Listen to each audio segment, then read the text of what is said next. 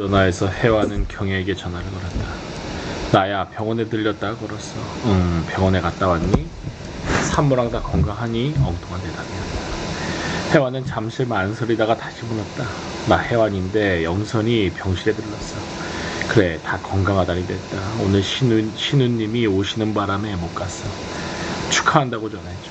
나중에 내가 따로 들를게. 또 전화하자. 전화는 일방적으로 끊겼다. 아마도 시댁 쪽에서 사람이 와 있는 모양이었다.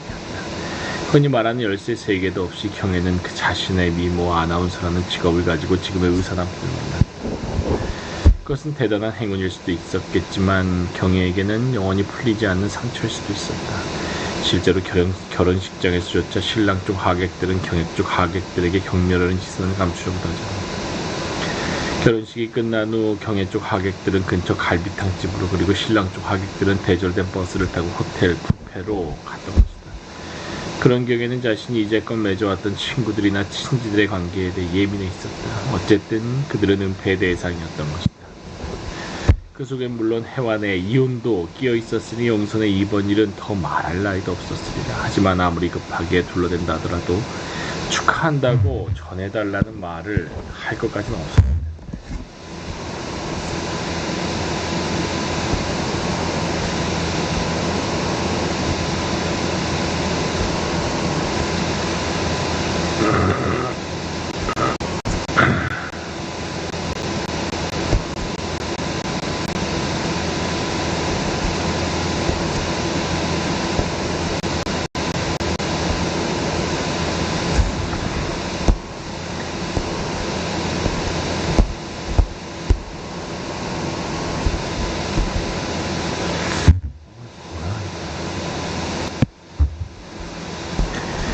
그때 말이야, 난 알고 있었거든.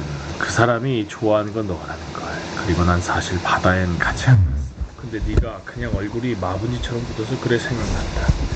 정말 마분지처럼 굳어서 금방 팍 구겨질 것 같은 얼굴로 바다에도 갔었느냐고 물었을 때 난 얼결에 그렇다고 했었지. 하지만 우리는 다르게 대처했어. 내 말은 생각해봐.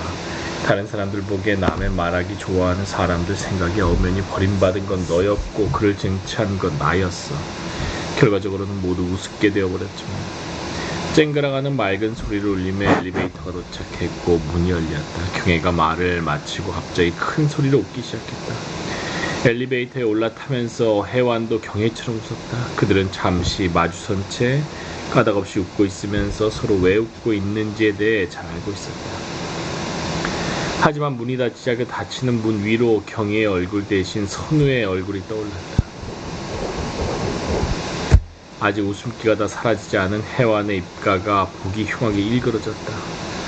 소설이 왜 안 써지는 줄 아니? 넌 이상하게 마지막 하나 남은 결벽증을 가지고 있어. 그것만 벗어나면 넌 정말 좋은 소설을 쓸 수 있을 거야. 그는 화가 잔뜩 난 얼굴로 해완에게 말했다. 내가? 웃기지 마. 난 다 버렸어. 아니야, 생각해봐. 넌 절망에조차 이르지 못해. 바로 그것 때문에, 바로 그것 때문에 한번 자신을 팽개쳐봐. 그럼 뭔가를 다시 움켜잡을 수 있을 거야. 그리고 정말 소설을 쓸 수 있을 거야. 그는 왜 그렇게 화가 났을까? 해완은 이해하지 않으려고 애를 썼다. 그의 청혼은 너무 바보 같은 짓이었다.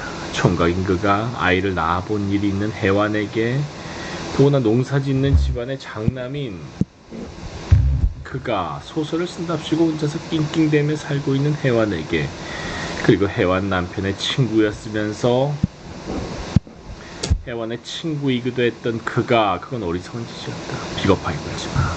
날 이해하는 척 하지 마. 난 이 세상에서 누구도 안 믿어. 건방지게 날 위로하는 척 하지 말라고. 해완은 또 왜 그렇게 화가 났을까? 거실에서 엉거주춤 마주 서서 언성을 높이다가 그녀는 마지막으로 소리쳤다. 다시는 내 앞에 나타나지 마. 꼴도 보기 싫어, 위선자. 그를 위선자라고 생각한 일은 한 번도 없었다. 그가 다시는 나타나주지 말았으면 하고 바란 일도 없었다. 그러나 해완은 계속해서 소리를 질렀고 급기야는 그를 향해 그들이 방금 마신 포도주 잔을 던져버렸던 것이다. 그가 재빠르게 피하는 바람에 잔은 그의 머리를 피해 흰 벽에 가서 부딪혔다. 그들이 방금 담소를 하면서 마시던 붉은 포도주가 피처럼 주르르 벽을 타고 흘러내렸다. 어이가 없다는 듯 그의 얼굴이 천천히 해완에게 향했다. 해완아, 너 왜 이렇게 약해졌니? 그가 서글픈 목소리로 물었다. 예전에 네가 뭘 알아? 너 아이를 죽이고 살아봤어? 아이가 바늘이 꽂힌 채로 젓가락 같은 사지를 버둥거리면서 죽음과 싸우고 있을 때 멀거니 지켜본 적이 있어? 제 아이를 죽인 어미라는 말을 들으면서 1년 동안 살아본 일 있냐고. 혜완은 울고 있었던 것 같았다. 거의 발작적으로 신경이 날카로워지면서 다가서려는 선우에게 소리쳤다. 가까이 오지 마. 혜완이 소리쳤다. 갑자기 남자인 그가 무서워진 것이다. 나한테 원하는 게 뭐야? 우리는 왜 만나? 출판사 사장과 지금은 한 줄도 쓰지 못하는 얼치기 소설가로서, 문학평론가와 작가로서. 아니 그건 아니야. 말해봐. 정말 나한테 원하는 게 뭔지. 정말 나한테 원하는 게 뭐야? 두려움에 질려 아무 소리도 되는 대로 지르는 혜완을 묵묵히 비켜가더니 선우는 양복 상의를 집어들었다. 혜완은 흩어진 머리칼을 수습해보려고도 않고 나갈 준비를 하는 선우를 멍하니 바라보았다. 마구 오르는 눈물이 얼룩덜룩 얼굴에서 번지고 있었다. 그는 나가기 전에 잠깐 혜완을 바라보더니 말했다. 이런 이야기는 정말 꺼내고 싶지 않지만 난 이제 경환이 이해할 수 있어. 걔가 왜 너하고 헤어지고 싶어 했는지. 선우는 말을 마치면서 혜완의 시선을 피했다. 발단은 어쩌면 그것이었다. 문선우는 겁도 없이 경환이라는 혜완의 옛 남편 이야기를 꺼냈던 것이다. 이혼을 한 혜완과 다시 만났을 때 선우는 말했었다. 내가 경환이었다면 너한테 절대로 그런 짓을 하지는 않았을 거야. 그런 선우가 이제 겁도 없이 감히 경환이를 이해한다는 말을 해버렸던 겁니다. 혜완의 입술이 빳빳해지면서 푸릇푸릇 격려를 일으켰다. 그녀는 뭐라고 대꾸할 힘도 빠진 듯 머리를 부엌벽에 천천히 기댄다. 그녀의 늘어진 손에 정맥만 파랗게 곤두서 있는 걸 바라보다가 선우는 무슨 말이라도 할 듯 입술만 달싹였다. 그리고 혜완은 선우를 만나지 못했다. 벌써 한 달이 가까워오고 있었다. 다음 날 유리잔해들을 치우고 벽에 묻은 붉은 포도주 얼룩을 걸레로 박박 문질러 지우면서 혜완은 가끔씩 부르르 몸을 떨었다. 그럴 때마다 입술이 제멋대로 실룩거리는 것 같아 여러 번 제 입술을 만져보았다. 이제 그들은 20살이 아니니 예전에 그 선배처럼 비가 내리는 교문 앞에다 선우를 세워둘 수도 없을 것이었다. 경의 아파트 정문을 나서서 혜완은 시계를 들여다보았다. 그리고는 택시를 잡았다. 넌 뭐랄까 무모해. 경의의 솔직한 목소리가 혜완의 귓가에서 아른거렸다. 나는 이제 경환이가 왜 너랑 헤어지려고 했는지 이해할 수 있어. 선우의 목소리도 그녀를 따라왔다. 택시는 빠르게 출발했다. 혜완은 아직 목적지를 말하지도 않았는데 사실은 집으로 그냥 돌아가 버릴까 망설이던 동안 택시는 이미 약속 장소를 향해 가고 있었다. 왜냐하면 혜완이 그쪽 방향의 택시를 잡았기 때문이었다. 혜완은 체념하듯 등을 시트에 기대면서 말했다. 인사돈. 아마도 오늘 선우가 올지도 모른다. 자신의 출판사에서 주최하는 시상식이니 오지 않을 방법이 있을까? 그 모임에 빠져도 되는 것으로 말한다면 혜완 쪽이 훨씬 명분이 많았다. 어젯밤 후배 소설가와 만나기로 약속을 해놓은 것도 사실이었지만 그건 명분이 되지 않았다. 차가 이제 막 어두워지려는 큰 길로 나아가 강변을 달리기 시작했을 때 혜완은 마치 목이 고장난 인형처럼 창밖만 집요하게 바라보고 있었다. 가로수가 지나가고 차들이 지나가고 저기 저 승용차에는 부부가 귀여운 사내 아이들 둘을 태우고 웃으며 그녀의 차 곁을 스쳐 지나갔다. 아이들은 5살쯤 되었을까. 똑같이 자주색의 검정태가 굵게 둘러진 앙증맞은 양복을 입고 있었다. 아마 어디에 저녁 식사 초대라도 받은 모양이었다. 아니면 늦은 휴가를 떠나는 식구들인지도 모른다. 혜완은 생각했다. 저들은 행복할까. 택시가 비켜가는 강변에 경애가 살고 있는 아파트들이 줄지어 지나갔다. 강 쪽이 잘 보이는 베란다를 터서 통유리창을 띄우고 그 위에 줄이 늘어진 근사한 조명등을 달고 경애는 가끔 남편과 차를 마실 거라고 했다. 올려다보니 화사하고 따뜻한 불빛들이 창마다 환했다. 가끔 늦게 집으로 돌아가는 날이면 다른 집들이 밝혀진 불을 보면서 열쇠를 꺼내지도 못하고 복도에 우두커니 서 있던 날들이 있었다. 아침에 불을 켜놓고 나올 거라고 후회했지만 그건 다른 빛깔의 불빛이었다. 경애가 다른 여자를 만나는 남편과 함께 저 창가에 늘어진 조명을 밝히고 매일매일 차를 마시려는 것이나 혜완이 불을 켜둔 빈집에 들어가는 일이나 마찬가지는 아닐까. 그리고 다시 가로수들이 지나갔다. 열어놓은 창밖에서 사정없이 몰려드는 습기찬 바람은 혜완의 머리를 엉망으로 엉클어놓고 있었다. 혜완은 손을 들어 머리를 매만졌다. 나한테 바라는 게 뭐냐고. 선우에게 소리를 질러댄 건 자신이었지만, 술잔까지 던져가면서 물었던 건 분명 자신이었지만 그 질문은 선우가 해야 마땅했다. 그러면 혜완은 대답해야 했다. 그에게 바라는 것은, 그녀가 정말 그에게 바랬던 것은, 혜완은 어깨로 뻐근하게 느껴지는 통증을 참고 있었다. 헐렁한 환자복을 입어서 호두알맹이처럼 오그라들어 보이던 영천의 얼굴이 어둠 속에서 떠올랐다. 죽을 용기도 없으니 이제 맞서야 하는 건 아닌가. 가서 담담하고 당당하게 맞서야 하는 건 아닌가. 선우든 누구든 그 누구든 혜완은 택시 뒷시트에 깊숙이 어깨를 묻었다. 바람이 자꾸 불어서 혜완의 머리는 이제 시든 수양버들처럼 얽히고 있었다. 혜완은 도시의 불빛이 길게 여울지는 강물 너머로 누군가를 보았다. 높은 빌딩들이 서 있는 도시 매한길에서 엄마의 손을 놓쳐버린 어린 혜완이 서 있는 것이었다. 날은 저물고 길가의 수양버들은 수많은 머리를 시커멓게 바람에 날리며 울고, 어른들은 그녀를 빠르게 지나쳐가고 자동차들은 한 방향만 향해 달려갔고, 고개를 들면 시커먼 빌딩들의 실루엣만 까마득히 서 있는 그 길에서 울지 못하고 겁에 찔린 눈망울만 또록또록 굴리는 어린 혜완이 저기 저 불빛 어딘가에서 그녀를 향해 서 있는 것이다. 저 오욕의 남자.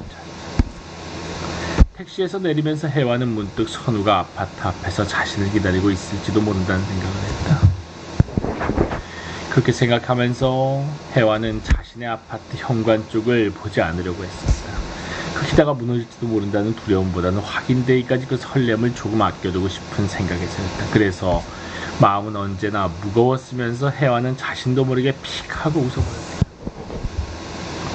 아직도 이런 것들을 기대하고 혹은 실망하는 그런 감정들이 남아있다는 것이 그녀를 약간 당혹스럽게 만들었던 것입니다. 그래서 택시가 떠났을 때 그녀는 허리를 굽혀 구두에 묻은 흙먼지를 닦았다. 그리고는 천천히 고개를 들었다. 나트륨 등이 비추고 있는 아파트 광장에는 여느 때처럼 자동차들이 줄지어 주차해 있을 뿐 아무도 없었다. 혜완은 자기도 모르게 다시 픽하고 웃어버렸지만 웃음 뒤에 온몸에 힘이 쭉 빠져나갔다. 언제나 택시에서 내려 이 광장 앞을 지날 때면 그런 생각들을 갖던 것이다. 언제나 어둠뿐인 저 광장을 혹시나 하는 기대를 가지고 바라보곤 했던 것이다. 혜완은 가방을 고쳐들면서 지친 듯한 자세를 걸었다.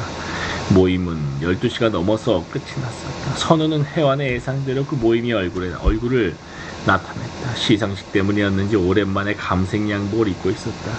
혜완이 모임이 있는 카페에 들어섰을 때 그는 옆자리에 앉은 여류 시인과 이야기에 열중하고 있는 듯이 보였다. 늘 찌뿌둥하던 그의 인상이 회사에 보인 것은 새로 감은 듯한 머리가 귓바퀴에서 가볍게 넘실거리고 있었기 때문이었습니다. 반가운 생각이 먼저 들었지만 선우는 혜완에게는 한 번도 눈길을 주지 않았다. 이렇게 사람이 많은 자리에서라면 웃어줄 수도 있을 텐데, 그저 동료로서 밝게 웃어줄 수도 있을 텐데, 혜완은 열심히 술을 마시며 그 생각만 하고 있었다. 선우가 무슨 이야기를 마치자 여류씬이 깔깔거리며 웃었다. 그때 처음으로 선우가 혜완 쪽으로 눈길을 돌렸지만 혜완은 이제 웃어줄 수가 없었다. 그녀가 먼저 일어설까 어떨까 망설이고 있을 때 선우는 자리에서 일어났다. 아까부터 줄곧 함께 이야기를 나누던 그 여류씬과 함께였다. 둘이 너무 다정한 거 아니야 이거?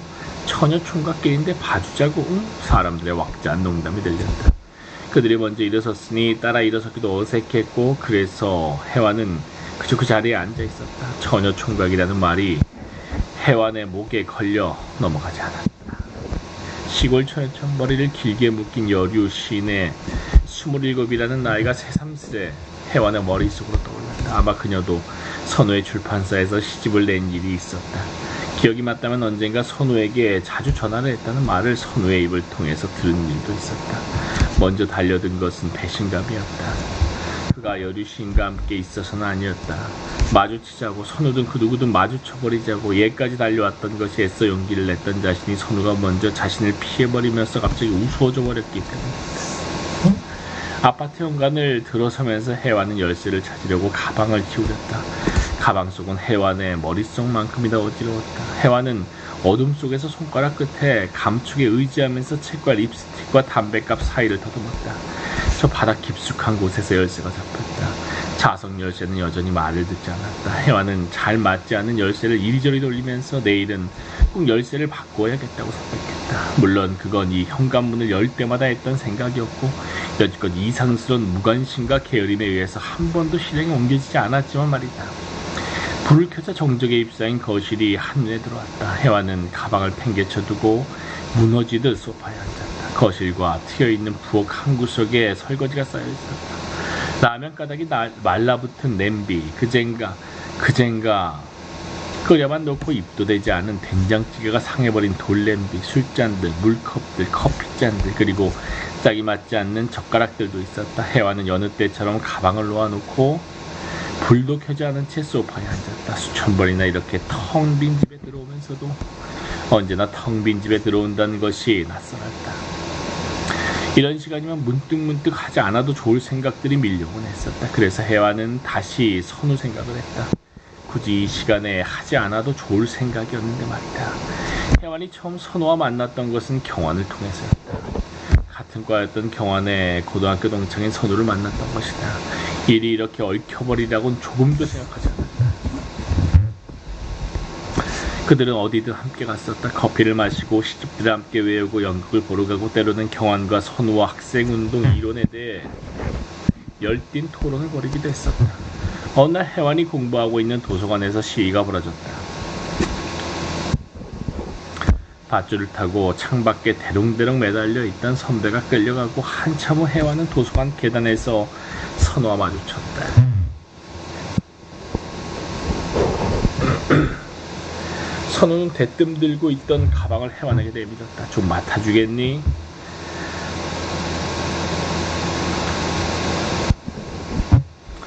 선우의 얼굴은 땀으로 번들거리고 있었다. 학교 밖으로 나가야 할 것 같아. 그것은 아마도 가두 시위를 의미하는 말이었다. 해완은 말없이 선우의 가방을 챙겨들었다. 그때는 아무 생각 없이 해완은 돌아서는 선우에게 소리쳤다. 조심해. 선우는 급하게 계단을 뛰어 내려가다가 해완을 돌아보며 씩 웃었다. 그것이 마지막이었다. 저녁에 선우가 가방을 찾으러 오기로 한 술집에서 늦게까지 기다렸지만 함께 나갔던 경환이 해완에게 뜻밖의 소식을 가지고 나타났다. 선우가 경찰서에 잡혀가 있다는 것이었다. 어쨌든 그날 해완은 경환과 함께 선우의 하숙집으로 찾아가 만일의 경우에 대비해 금지된 책들을 치웠다. 선우에게는 왜 그렇게 감추어야 할 책들이 많았을까? 해완은 경환과 함께 낑낑거리며 그 책들을 메고 일단 자신의 집으로 그 짐들을 가지고 들어왔다. 해완은 그 책들을 읽으며 새로운 세계를 배웠다. 어쩌면 경환과 가끔 부딪힌 것도 그 때문이었다. 그리고 6개월 후 선우는 전방에서 해완 앞으로 편지를 보내었다. 편지를 받고 경환에게 그 말을 하지 않았던 것은 경환에게는 선우가 편지를 보내지 않았기 때문이었다. 뭐랄까 굳이 문자를 써서 생각하지는 않았지만 그들의 우정을 방해하고 싶지 않다는 생각이 났었다. 편지 속에는 해완이 한 번도 엿본 일이 없었던 선우의 나약한 모습이 담겨 있었고 그리고 무엇보다 선우가 한 번도 표현하지 않았던 연정의 냄새가 거기 담겨 있었기 때문이었다. 그리고 선우가 제대하던 날 해완은 친구들 앞에서 경환과의 결혼을 발표했다. 23. 이미 임실 중절을 경험한 해완은 수척한 얼굴로 웃었다. 말도 안 된다. 그런 법이 어딨냐? 축하 인사를 대신해서 남학생들이 떠들썩하게 웃었다. 선우는 맨 마지막에 바보처럼 따라 웃었다. 까까머리가 파릇한 그는 갑자기 낯선 세상에 당도한 여행자처럼 어리둥절해 보였다. 하지만 친구들의 축하 인사가 끝났을 때 선우는 축가를 자청했다. 저기 떠나가는 배, 거친 바다 외로이 겨울비에 젖은 돛에 가득 찬바람을 안고서 언제 다시 오마는 허튼 맹세도 없이 봄날 꿈같이 따사로운 저 오욕의 땅을 찾았다. 그 노래를 기억했던 것은 그때 선우가 무욕의 땅을 이라는 가사를 오욕이라고 바꿔 불렀기 때문이다. 봄날 꿈같이 따사로운 오욕 땅이라니. 어떤 예감이 분명히 해완의 머릿속으로 스쳐갔었다. 무욕의 땅이 아니고 오욕의 땅이라고 가사를 바꾸었던 것은 그저 선우의 실수였겠지만, 아니 분명히 그럴 것이었겠지만 오육의 땅이라는 구절이 오래 혜완의 머릿속을 흔들었다. 한참 후까지 혜완은 정체불명의 그 예감을 기억하고 있었다. 하지만 선우에게 한 번도 왜 그렇게 가사를 바꾸었냐고 물어보진 않았었다. 선우는 머리를 긁적이며 내가 그랬었나? 라고 대답할 것이기 때문이었다. 혜완은 소파에서 내려와 마룻바닥에 누웠다. 몇 년이 흘렀고 혜완은 하나의 엄마가 되었다. 엄마가 되면서 그동안 다니고 있던 작은 출판사도 그만두었다. 그러던 어느 날 밤 예고도 없이 선우가 그들의 집으로 들이닥쳤다. 대학원에 진학한 경환이 지방의 세미나에 참석 중이었으므로 혜완은 혼자 선우를 맞았다. 선우는 몹시 취해 있었는데 들어서자마자 신발도 벗지 않은 채로 혜완에게 말했다. 혜완아, 오늘 굉장한 일이 있었어. 그래서 혜완은 그 굉장한 이야기를 듣기 위해 술상을 차렸다. 아이의 백일에 쓰려고 담가놓은 매실주를 좀 꺼내고 고추조림을 내놓았다. 선우는 들떠보였다. 그렇게 들뜬 선우를 보는 건 처음이었다. 무슨 일인데 그래? 선우는 말없이 혜완과 잔을 부딪혔다. 오늘 말이야, 어떤 후배가 나보고 사랑한다고 그랬어. 선우의 날이 25. 그건 별로 굉장한 일도 아니었다. 잘 됐구나. 혜완이 웃었다. 깜짝 놀랐어. 오랫동안 날 생각하고 있었대. 나도 여자를 사귈 수 있을까? 선우는 첫사랑에 빠진 소년처럼 즐거운 눈으로 혜완을 바라보았다. 그럼 나중에 나한테도 소개시켜줘. 하지만 둘은 더 할 말이 없었다. 남편은 출타 중이었고 그들은 아이가 잠든 집에서 술을 마신다. 그런 분위기 때문만은 아니었다. 침묵이 계속되는 동안 둘은 의례적인 말을 나누었다. 늦게 복학한 선우의 학교생활, 요즘 후배들에 동한 그런 말들을 나누면서 혜완은 서울 교회에 사는 혜완의 집까지 달려온 선우를 생각하고 있었다. 왜 달려왔을까? 다음에 우연히 만날 기회가 있으면 그때 이야기를 해도 전혀 늦을 일은 없었다. 분명히 시급을 다투어 달려올 일은 아니었다. 더구나 그 시간에 혜완의 집으로 오기 위해서 총알 택시까지 타야만 했었다. 그런데 선우는 달려온 것이었다. 선우는 왜 혜완에게 그 사실을 알리고 싶어 했을까? 혜완은 모른 체 하려고 애를 썼다. 그러면 라면이라도 끓일까 하고 넌지시 물어보았다. 선우는 대답했다. 가끔 널 보고 있으면 21살의 우리들이 이렇게 마주 앉아 있는 건 아닐까 생각하곤 해. 넌 하나도 변하지 않았어. 내가 얼마나 애쓰는데 그래. 있잖아, 매일 거울 보면서 눈빛이 흐려지면 서혜완 너는 끝이다. 이 눈빛이 긴장을 잃어버리면 너는 서혜완 너는 끝이다 하고 다짐하는 덕택이야. 경환에게는 한 번도 하지 않았던 말을 선우에게 한 것은 오랜만에 마신 술 탓이 아니었다. 뭔가 제잘거리지 않으면 안 될 것 같은 무거움이 혜완과 선우 사이로 자꾸 파고들어오고 있었기 때문이었다. 선우가 한참이나 혜완을 바라보았다. 거울을 보면서 눈빛이 흐려질까봐 날마다 다짐하는 혜완을. 그리고는 입을 열었다. 만일 내가 그때 잡히지 않았다면. 선우는 말을 다 하지 못하고 고개를 푹 숙여버렸다.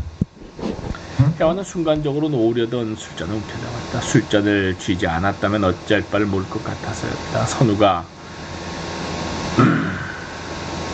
달려드는 것은 사실은 그 말이 하고 싶어서였을 것이다.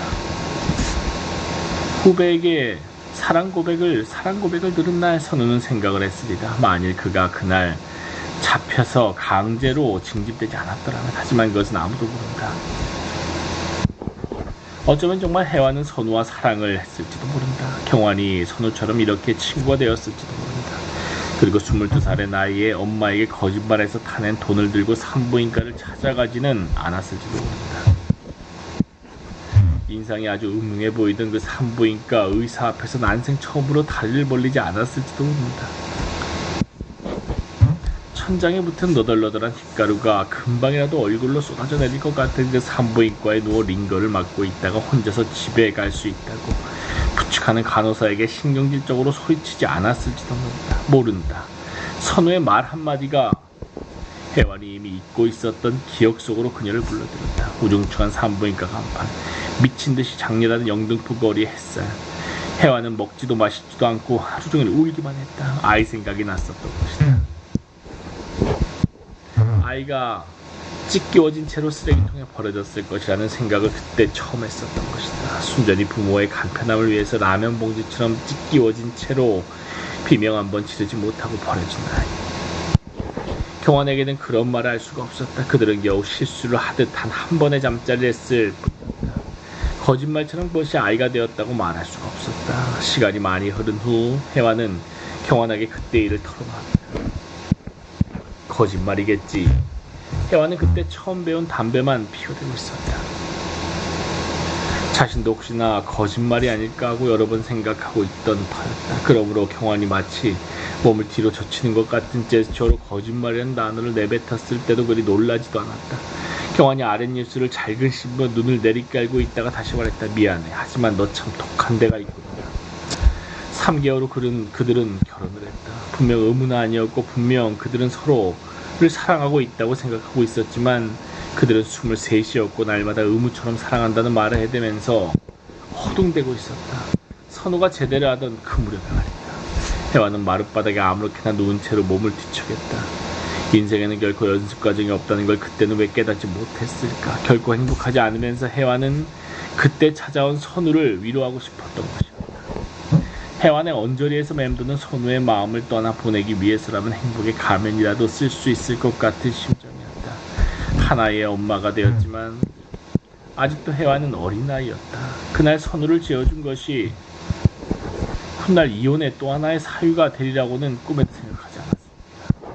선우가 전방에서 처음 혜완에게 보내온 편지를 감추었듯이 그날의 방문도 감추어야 했었다. 하지만 혜완은 부부 사이에는 적어도 그런 비밀은 지켜질 이유가 없다고 믿고 있었다.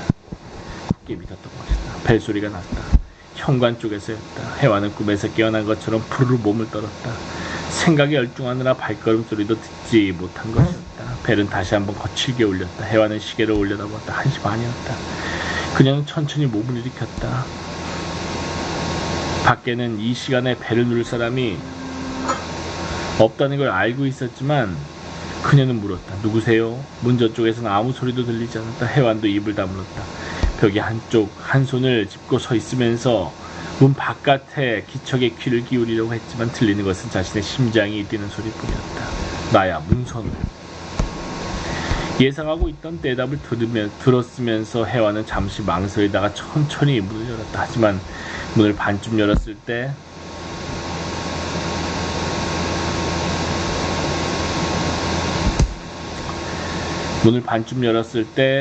선우가 거칠게 나머지 반을 잡아당겼다. 마치 그녀가 반쯤 열었던 문을 바로 닫아 버리기 전에 그쪽에서 문을 열겠다는 다짐을 받아두려는 것 같았다. 혜완은 그 자리에 서서 도사리듯 팔짱을 끼고 있는 선우가 들어서는 걸 바라보고 있었다. 선우는 마치 제 집이라 되는 듯 현관문을 잠그고 걸쇠까지 걸었다. 혜완이 소파로 와서 먼저 앉았다. 선우는 식탁 의자를 끌어당겨 혜완과 멀찍이 떨어져 앉았다. 멀리서 두 사람은 눈도 마주치지 않은 채 한참을 그렇게 앉아있었다. 이제 돌아왔나? 선우가 혜완의 옷차림을 바라보며 물었다. 혜완의 시선이 강하게 선우에게로 향했다. 거짓말. 아까 잔디밭에 누워서 서예한 씨가 지나가는 걸 보고 있었어. 혹시나 날 발견해 줄까 하고 기다렸었지. 선우가 피식하고 웃었다. 그럼 왜 날 부르지 않고? 혜완이 조금 어눌하게 물었다. 글쎄, 별이 너무 밝아서 그랬나? 선우는 두 손으로 얼굴을 비볐다. 혜완은 그 자리에 앉아서 담배를 물었다. 선우도 담배를 물었다. 그들은 멀리 떨어진 채로 담배만 피워대고 있었다. 아까는 바쁜 일이 있는 것처럼 먼저 나가더니 어디 있었어? 애써 일상적으로 혜완이 대화를 시작했다. 술 마셨어. 혼자서? 아니. 선우는 아니라는 대답을 하면서 혜완을 올려다보았다. 아마도 그는 혜완이 물어주기를 기다리고 있는 것이기다. 만일 혜완이 듣는다면 그러면 선우는 대답할 것이다. 묻는다면 대답할 것이다. 그 여류 시인하고 마셨어. 어쩌면 선우는 또 말할지도 모른다. 그 여류 시인이 날 사랑한 데서 그래서 달려왔어? 그날처럼? 아마도 그런 대화들이 이어지겠지. 혜완은 묻지 않았다. 대신 선우 쪽으로 성큼성큼 다가가 주전자를 가스불 위에 올려놓았다. 커피 끓일게.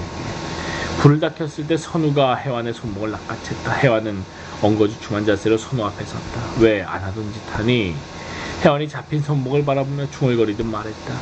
그대로 무너지고 싶다는 생각이 들었다.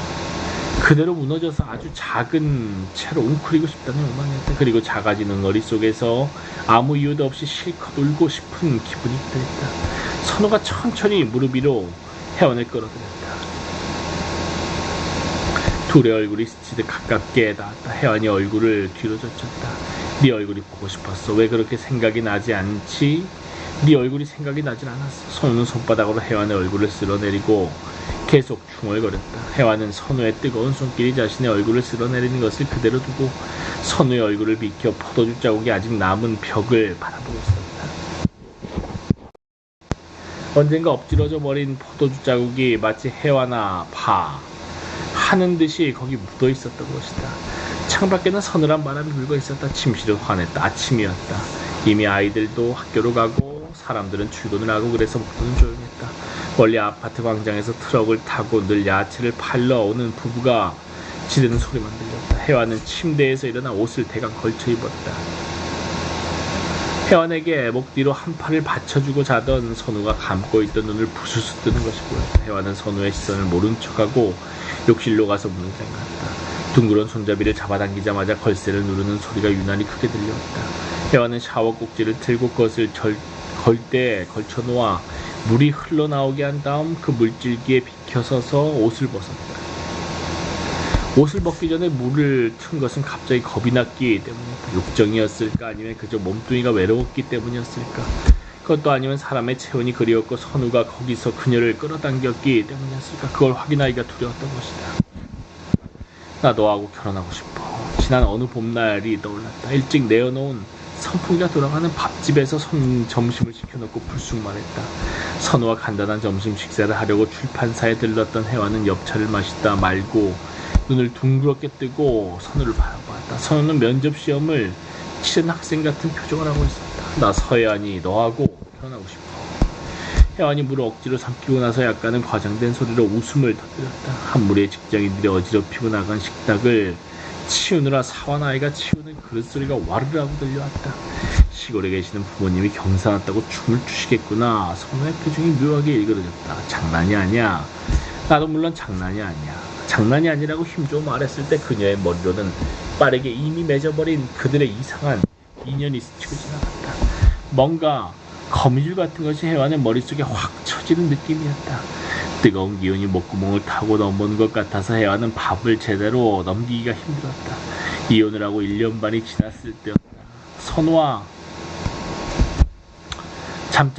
처음 잠자리에 들었던 그에게 몸을 맡겨버리면서도 혜완은 그런 생각을 했었다. 아침잠에서 깨어났을 때 혜완은 말했었다. 술에 취했던 거겠지. 선우 아무 말도 없이 침대 모서리에 앉아 담배만 피워대고 있었다. 빨리 장가가. 그리고 둘은 말없이 여관을 나왔다. 왜 그와 여관에 갈 생각을 했을까?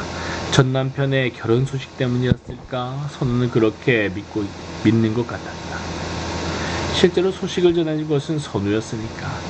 당황해하는 혜완에게 술을 사주겠다는 제안을 한 것도 그였고, 술을 먹다가 갑자기 울음을 터뜨린 혜완 곁으로 다가와 가만히 안아준 것도 그였다. 아이가 보고 싶어. 자꾸만 아이 꿈을 꿔. 그때 내가 아이를 그렇게 내버려 두지만 않았어도 난 내 아이를 2씩이나 죽여버린. 슬펐던 것은 정말 그 이유 때문이었을까? 선우가 혜완의 옷을 하나씩 벗겨냈을 때도 혜완은 그 생각만 하고 있었다. 에어컨 및 손바닥만하게 뚫린 창으로 희미한 바람이 스며들고 있었을 때 혜완은 자신이 거짓말을 했다는 생각을 하고 있었다. 슬펐던 건 남편의 결혼도 아니었고 어쩌면 아이의 죽음도 아니었다. 혜완이 슬펐던 건 영원히 혼자 외톨이가 된 채 한 번도 상상하지 않았던 인생의 어떤 세계로 밀려가지는 않을까 하는 것이었는지도 모른다. 그래서 혜완은 선우와 잠자리를 저질러버린 자신이 당황스러워하고 있는 선우가 더 당황스럽게 느껴졌던 것이다. 하지만 선우와의 만남은 계속되었고, 그리고 여기까지 선우의 이상스러운 초원을 모른 척하고 몇 달을 지낸 이 시기까지 밀려와 버린 것이었다. 혜완은 수도꼭지를 잠그고 나서 대강 몸을 닦았다. 그리고 가운을 걸친 다음 마치 첫날 밤의 여자처럼 단단히 허리끈을 여미었다. 선우 냉장고에서 맥주를 꺼내놓고 혼자 마시고 있었다. 술 취해 출근할 거니?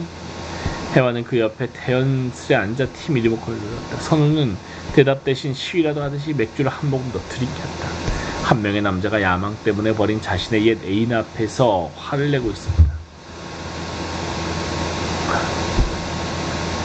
여자는 울고 소리 지르고 그리고 절망하고 있었다. 화면이 갑자기 어두워졌다. 선우의 손에서 소파 앞에 테이블로 리모컨이 옮겨지고 있었다. 혜완은 혀를 내밀어 입술을 한번 훔치고 소파에 등을 기댔다. 기대면서 훔쳐뵌 선우의 옆 얼굴은 딱딱하게 굳어져 있었다. 31살을 먹은 노총각인 선우는 이혼녀의 시선에서 비켜난 무언가를 집요하게 바라보고 있었다. 혜화는 그의 시선을 쫓았다. 장방에는 무늬가 누렇게 바랜 벽지를 선우는 보고 있는 것일까? 혜화는 담배를 물었다. 그리고 한 다리를 꼬고 태연하게 이미 어두울 뿐인 TV 화면을 바라보고 있었다.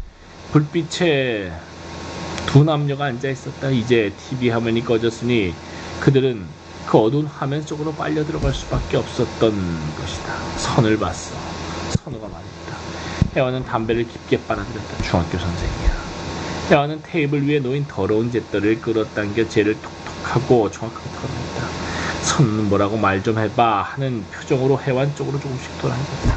자꾸 거절을 했었는데 어머님이 하도 원하셔서 나도 이젠 무언가 결정을 해야 할 시기가 온 것 같아. 예전에는 결코 나이가 많다거나 그래서 결혼하지 않으리라고 생각했었는데 잘 됐구나. 난 또 네가 그 여류 시인하고 결혼하려는 줄 알았어.